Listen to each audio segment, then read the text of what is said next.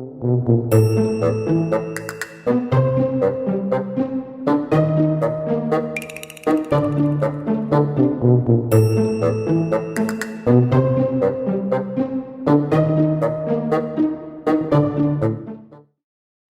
there, Sunrise family. Welcome back to Kidstown Online, an awesome place for kids to hang out, have fun, and learn about God online. So, Persephone, I have a question for you. What do you have that you can use to help others? Myself. That's a great answer. We all have ourselves to help others. We're born with gifts and talents, and we all fit a specific niche to help other people. We got to use that. Don't let those things go to waste. Let's talk more about it right now.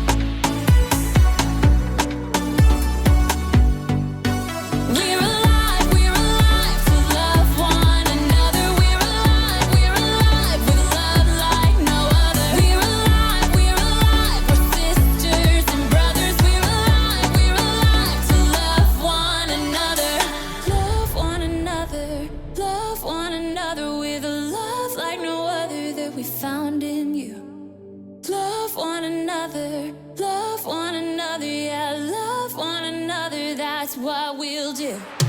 Love one another, love one another with a love like no other that we found in you.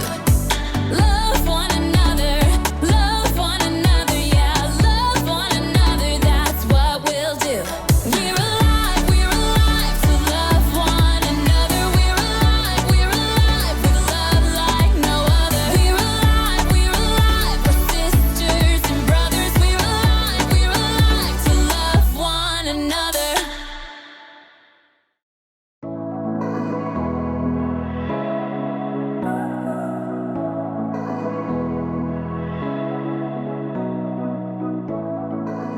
What's up, everybody? Erica here, and I am so happy to have you on my block. As you can see, we've got a whole community of people living right here, working together to help each other and show compassion.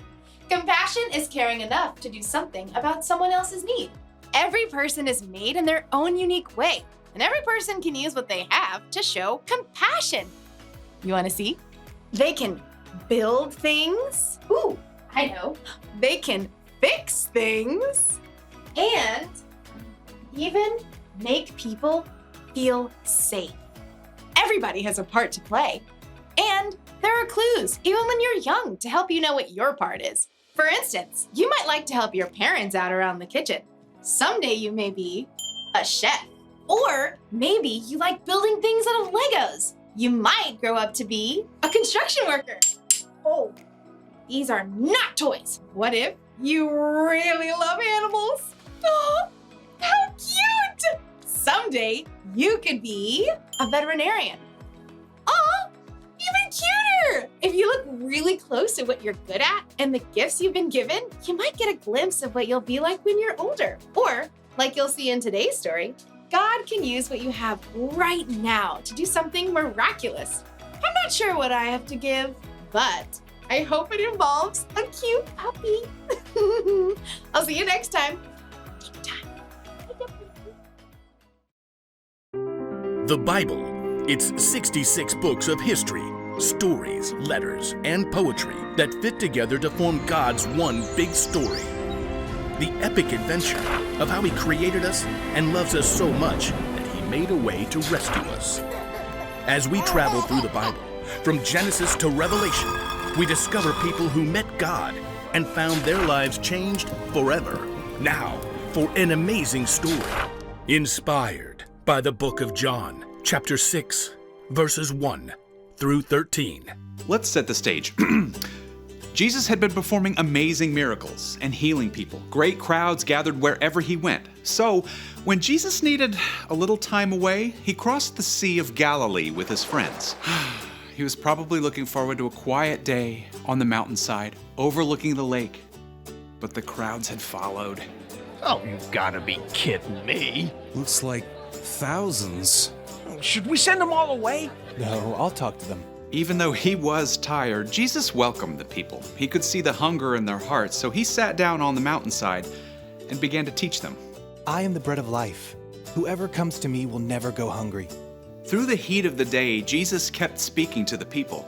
As the sun sank lower, though, people started getting restless. See, nobody planned to stay there the whole day, and everybody was getting hungry.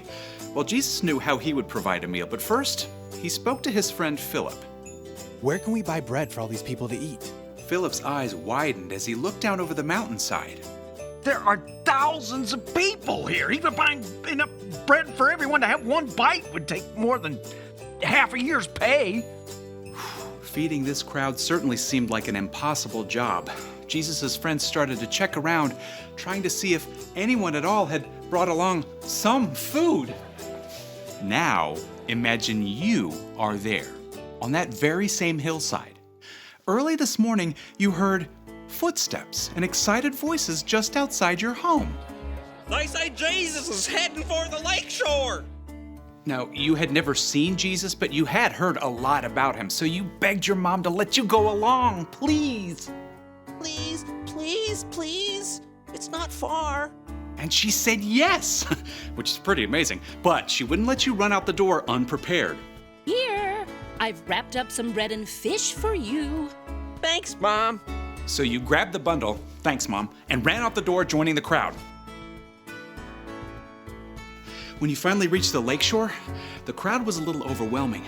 But high up on the mountainside, you could see a man surrounded by a close-knit group of followers. Sometimes it's good to be little, so you make your way little by little uphill through the crowd. Excuse me?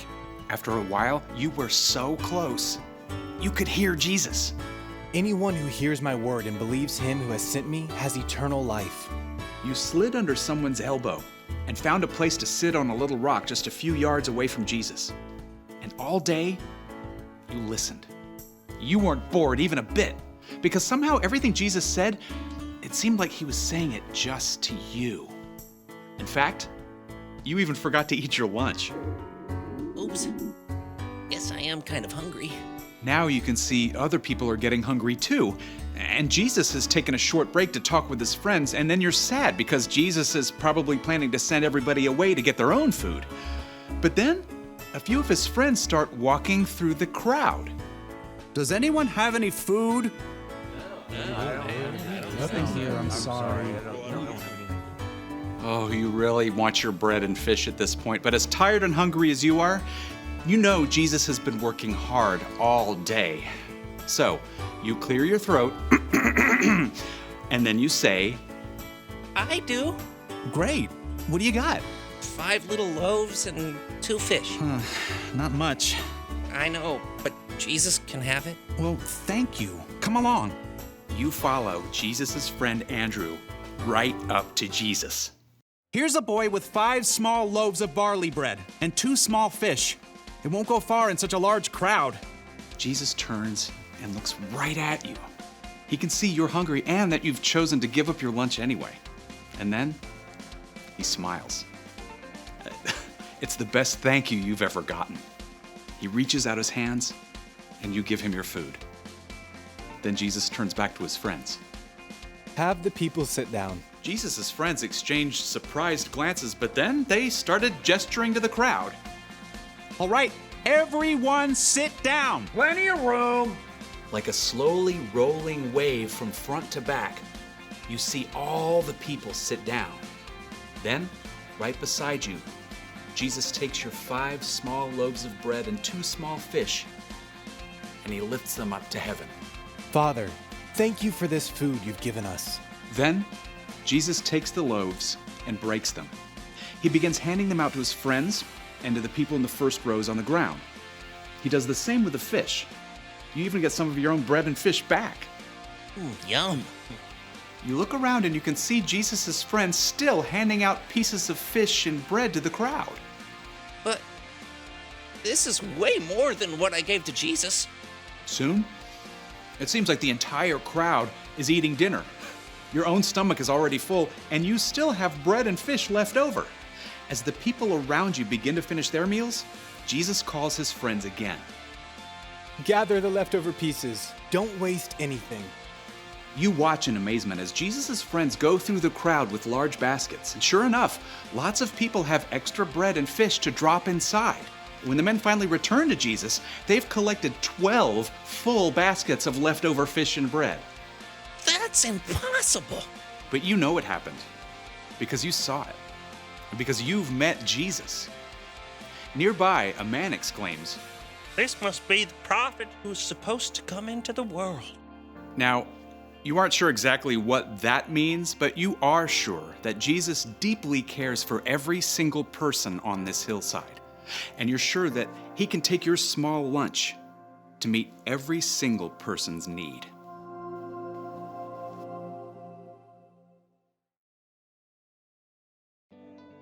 When the boy showed up to see Jesus on a mountainside with a crowd of over 5,000 people, it probably never crossed his mind that he could be part of a miracle. All he had to offer was 5 loaves of bread and 2 fish, and God used it to feed everyone. You never know what God's going to do when you use what you have to help others. So, what do you have? Do you like to entertain people? And are you good with animals? Do you like to make things grow? Do you enjoy serving others? Everybody has something they can use to help others. Could be all you need are these, your hands. Your hands can help lift things, clean things, and repair things. Something else you have is this, your brain. You can use your brain to help solve problems or to help create something incredible. And what about these? Your ears. Sometimes to help others, all you need to do is listen. And then these, your elbows. I'm not really sure what you can use your elbows for. Oh, I got it. You can use your elbows to help a small child find their parents in a crowd. Excuse me. Nailed it. The one thing to remember today is this. Use what you have to help others. You don't have to wait until you're older. God can use even the smallest things to make a big difference. I just thought of another use for your elbows. The chicken dance.